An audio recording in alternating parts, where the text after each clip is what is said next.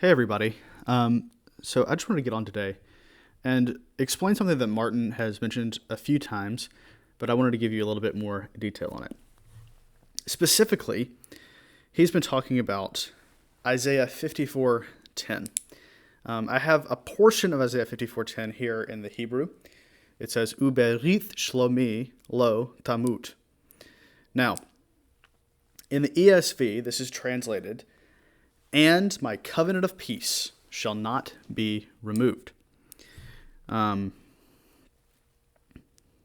This portion means not, shall not be removed, so that's what that means. And then this means and. So we're going to take all those things out, and we're just going to look at this portion. Berith shlomi. Okay. So what we're looking at is what is called a Hebrew construct chain. So if I were to translate this, we have covenant here. Shalom means peace. You probably know that word, shalom. And this portion right here means my. So we have my, covenant, and peace. Now, this, like I said, this is a Hebrew construct chain. So a couple things you need to know about Hebrew. First of all, in Hebrew, there is no of, right? So you'll notice there's no word that translates of here. We just have two nouns, covenant and peace, smushed next to each other, okay? And so the way this works is that you have a chain of nouns that go together. In this case, it's only two, but the ofs are implied. So because we just have these two nouns put together like this, it's implying that there's an of. So ignoring the my for a moment, it would just be covenant of peace without that, right? Second thing you need to know is that in a construct chain, there has to be consistent definiteness.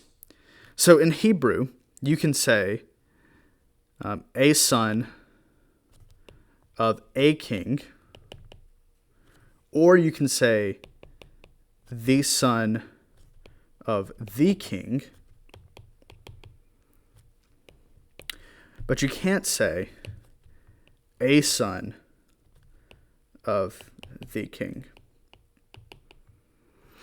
And so you have to have a consistent definiteness all the way across. So what this means is that in this construct chain, we had to have a consistent definiteness. And peace, because it has the my attached to it, is definite, which means a covenant has to be definite. And so what you're looking at is a little bit of, ambiguity. But we end up, there are basically three ways we can translate this. First, maybe the most direct way would be to translate it, my covenant of my peace. Okay? The second way, which is the way the ESV translates it, is my covenant of peace. So you can see how these are saying very similar things, and both of these are accurate reflections of the Hebrew. What Martin has been talking about, and the translation that Martin has argued for, is the covenant of my peace. Now, again, these are all accurate translations of Berith Shlomi, but it's just a matter of emphasis. Something that you miss in the ESV, and honestly in every modern scholarly translation of the Bible, is that this definiteness carries through. So, yes, this is the Lord's covenant. This is the Lord speaking. This is my covenant, but it's also my peace. And so this little thing carries over. It carries to this word and to this word. And so this is something that needs to be emphasized. It's that this isn't just some vague peace. This is actually the peace of the Lord. And his covenant, the Lord's covenant, brings his peace. Not another kind of peace, not anyone else's peace, not American peace, not earthly peace, not human peace, but godly peace coming from the Prince of Peace. So next time you see this, next time you see the phrase covenant of peace, or next time you see the word of in your Old Testament, you can actually understand that the definiteness carries through.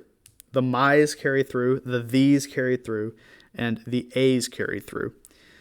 So I hope this is helpful. I hope this helps you understand your Bible better and understand Isaiah 54 better.